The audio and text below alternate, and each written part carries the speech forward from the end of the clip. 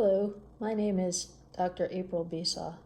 I'm an archaeology professor here at Vassar College, and I'm going to talk to you today about a course that is not open to freshmen, but is a course that will help you understand that archaeology isn't necessarily what you think it is based on TV shows, movies, media, and the newspaper. I'm going to start with this book, which I'm going to use in my Anthropology 332 Ruins and Haunting History course, and it was given to me by a former student because ghosts and ghost hunting is something that I talk about a lot in my courses.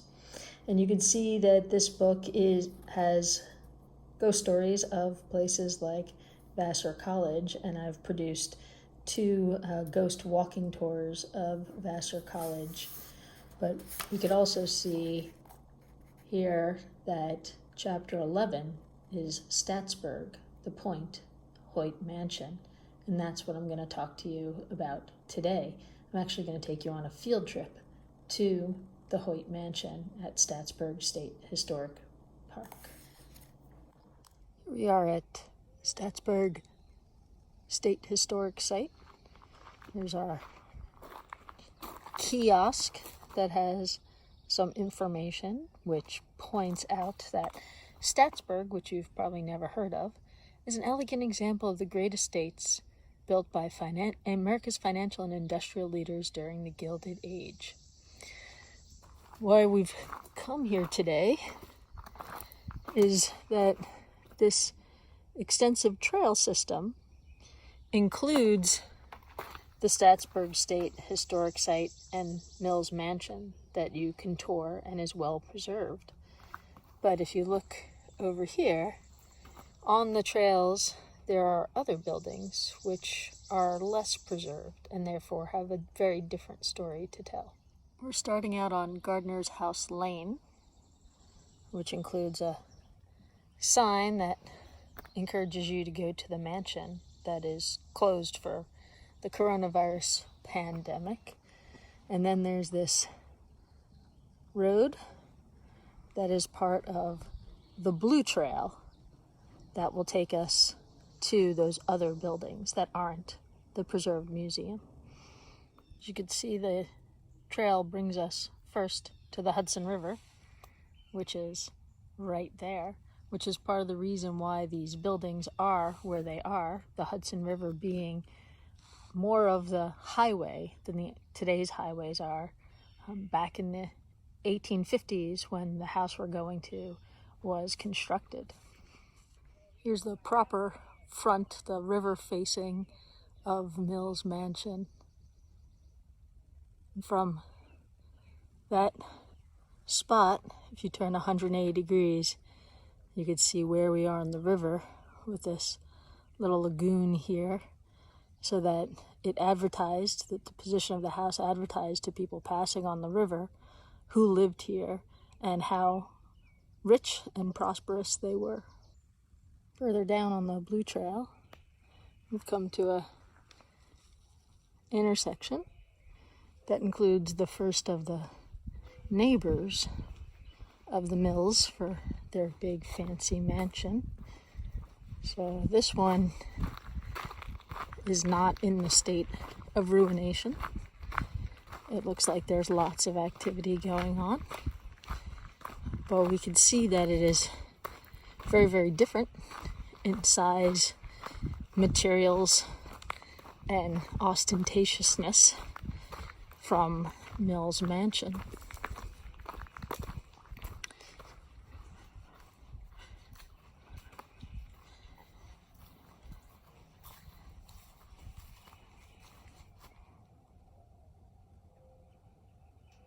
We're going to keep going on the trail, and we're going to go see some other examples of the architecture that is around Mills Mansion. Just on the other side of this neighbor house on the trail, we have some archaeological evidence of some pre-existing architecture. You can see the right angle and another right angle. This is probably part of a gate, if not part of a very small structure foundation, but Here, if we look on the other side, we see another similar one. So if we line those up, there and there, we could tell that the road used to be more centered here instead of centered there. And this was an official gate from this building going down to the Hudson River. So we're just off of the lagoon here, and we have a white trail spur that's taking us to this interesting ruin. You could see as we approach that the top window is broken, which is usually a sign the building is no longer in use. But it looks like it's in relatively good condition for a ruin, so maybe not in disuse for all that long. A closer look here, you can see the broken window. If you could also focus in on that corner to the right, you can see that this smaller tree has actually grown through the corner of the roof, which if you could figure out the age of that tree, you could kind of figure out the age of when people stopped caring for this building. And you could also see to the right is a worse off, much more ruined structure. It's got a snow fence around it to try to keep people away, and we will not trespass at this point. We don't have permission. But you can see that it has a chimney that has some burn residue. It's a very small building. So this might have been the incinerator, in other words, trash pickup, garbage disposal of the time, but definitely a cool room. Here's a closer look at that small tree growing through the roof structure here of the building, the larger building that had no window back there. Now that we've come to the other side, we could see that it's very clearly a barn structure. We'll go around the other side as much as we can.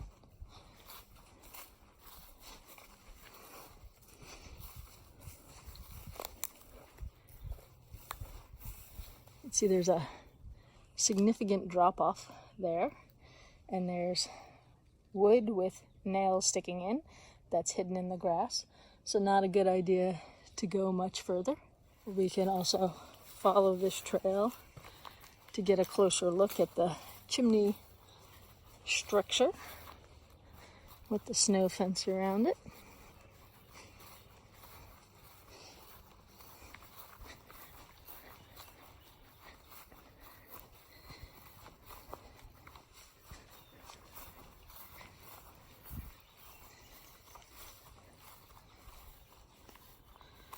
So all that wood is the roof having caved in. And you can see that the bricks are brick color on the top side and the inside, but a different color on the outside, suggesting that there was some attempt to make this building look different than just a brick structure, maybe to make it look pretty or formal. Here's the back side with the big chimney stack, entryway.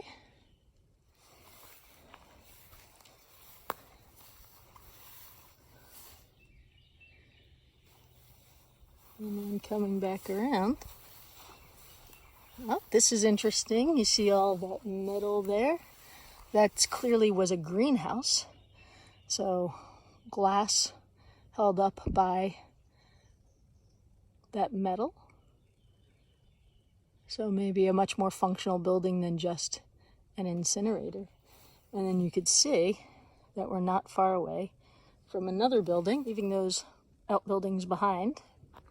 We're back on the blue trail now. The lagoon is just there, so that's the Hudson River. And here is the building most closely associated with those ruined structures we were just looking at.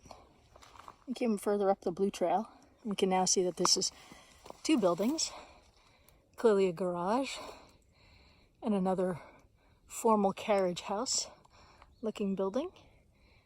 Relatively decent shape. The trail continues this way.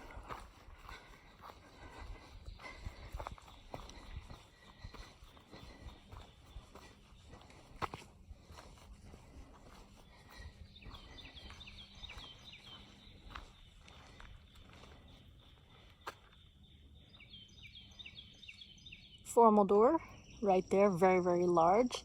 So clearly for a carriage or some sort of equipment to go in and out, with the smaller door for people being a later addition. We're going to head back to the trail and see if we could find the residences associated with these buildings. The blue path from the carriage house and the garage. We have another intersection. You can see just through the trees off to the right a roof structure. There's the structure with the collapsed roof that I could see from the trail earlier. But there's no cleared path to it, and it might be a spring house, which is where water comes in, because I could see a pipe coming out of the side, which might mean that there's a huge hole in the ground right in front of me. So this is the kind of site that you come back to in the winter and the early spring when all the plants are down, so you could see the ground better. But from there, you could see the building that it's associated with.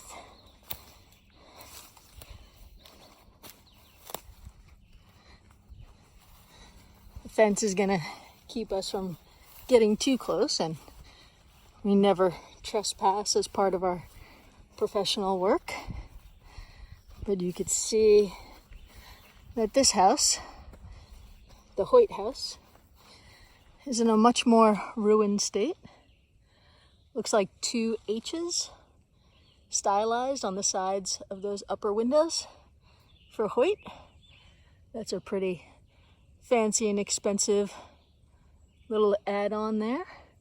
You can see these aren't the front doors. Again, this is the Hudson River's behind this house, so we're not at the point where you're supposed to enter. Back at the road, you could see that there's a little carriage shelter, so that door is accessible for a carriage to be pulled under and people get in and out without having to get wet. You can see it's crumbling. These 2x4s are not really going to hold it up. Signs on the fence that identify this as a project that restoration is planned, although progress seems to be limited. You can see the Hudson River right behind it there. And here you can see some interpretive materials posted on the fence, which includes a picture of the formal terraced garden that should be associated with this house that is probably out there in the woods. So that all those trees are post that picture, and the steps and such, those dividers, are things that archaeologists can find in the woods out there to help start recreate that, if that's part of the goal of the restoration. Here's a picture of some people looking down from the house, and some pictures of the inside showing how ornate the inside of that building is. Here's a picture showing that entryway also had a porch associated with it. So it wasn't just for carriages pulling up at the time that photo was taken, and that porch is now completely gone. On the other side of the house now, getting towards the river facing, there probably was a porch coming out around here as well. Otherwise, that door would be a precarious drop down to the ground level. And you can see we're coming up on the river, and there's a clearing between the house and the river. So the side that I'm about to show you is the side that faces the river the most directly, and therefore this should be the formal fronting. So you can see how the ground is probably landscaped from the original, so that people passing on ships would look straight up to this house and see this side of the house. So it's hard to tell with that wood there what the original front would have looked like. But you could see that there are more doors on this side, and it's very ornate on this side compared to the side that we just looked at, which doesn't front exactly on the river and is less decorative.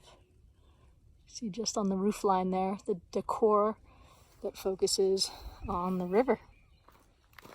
As we're leaving the Hoyt property back on the Blue Trail, we want to take a moment to think about why it is that the Hoyt house is in a ruined state and all their outbuildings are left here to decay and crumble, and why it is that Mills Mansion is less so. We talked a lot about the proximity of the buildings to the Hudson River.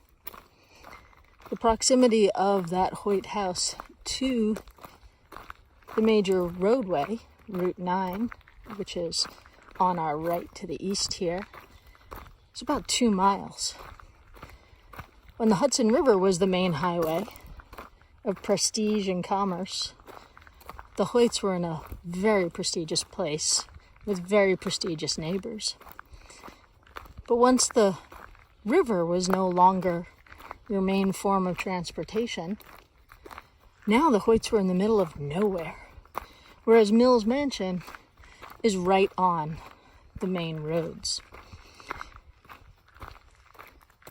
So even though Mills is much bigger, harder to maintain, it was in a better place for that change from the highways to the highways from the river. I'm back at the information kiosk to take another look at this landscape approach to understanding the ruins at Statsburg State Historic Site. You can see that on the map, which we didn't cross because we stayed on this side, is a railroad track. And railroads were just as important as roads as the economics of the area shifted from the river to the major roads like Route 9. So you could see how Mills Mansion has the perfect location for benefiting from the river, benefiting from the railroad, and benefiting from what was the old Route 9 to the new Route 9. The Cove House, which we didn't get very close to, which looked like it was in good condition, was a more modest house, but it was also much more accessible to these other road systems. Whereas the Hoyt House and barn complex that we looked at, it is far away from everything except for the river. And the Hoyt House is older, being built in 1855. So the Hoyt House was unable to restructure itself when the economics shifted from one place to another to another. And they weren't wealthy enough to make that accommodation. There's also all this wetland that would have kept them from building a road more directly from their house to the railroad and to the old post road and then Route 9. So this is a landscape archaeology view where you look at not just one building to learn its stories, but you look at the entire landscape and you look at the remnants of what is left to figure out what story there is to be told. Ruins are created by ruptures. That rupture can be something as small in time as a murder, or that rupture could be a change in how society functioned that made it that what once was prestigious is no longer. You can read more about the Hoyt House and the planned restoration at HudsonValleyMagazine.com. The restoration is talked about in that Spooky Hudson Valley book as being about to happen in 2008. So it's still about to happen 12 years later. Maybe the ghosts won't let it happen.